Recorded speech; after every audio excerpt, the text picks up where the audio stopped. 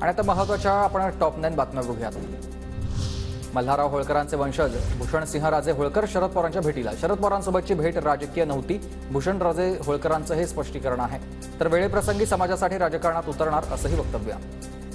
उद्या महाविकास आघाडीची महत्त्वपूर्ण बैठक। शरद पवार, उद्धव ठाकरे, नाना पटोलेंच्या उपस्थितीत बैठक होणार। बैठकीत जागावाटपावर अंतिम निर्णय होणार। बच्चू कडू विरोधातील हत्येच्या प्रयत्नासह इतर गुन्हे रद्द। नागपूर खंडपीठानं गुन्हा अवैध ठरवून रद्द केलेला आहे। गोपाल तिरमारेंवरील हल्ला प्रकरणी 2018ला गुन्हा दाखल झाला होता।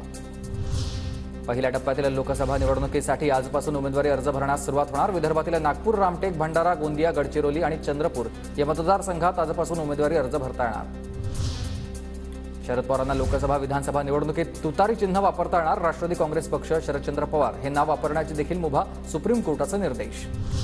विजय शिवतारे आज भोर, वेल्हा आणि मुळशीच्या दौऱ्यावर। शिवतारे अजूनही बारामती लोकसभा लढवण्यावर ठाम। लोकसभा निवडणुकांमुळे यूपीएससीची परीक्षा पुढे ढकललेली आहे। 26 मे रोजी होणारी पूर्वपरीक्षा 16 जून रोजी होणार।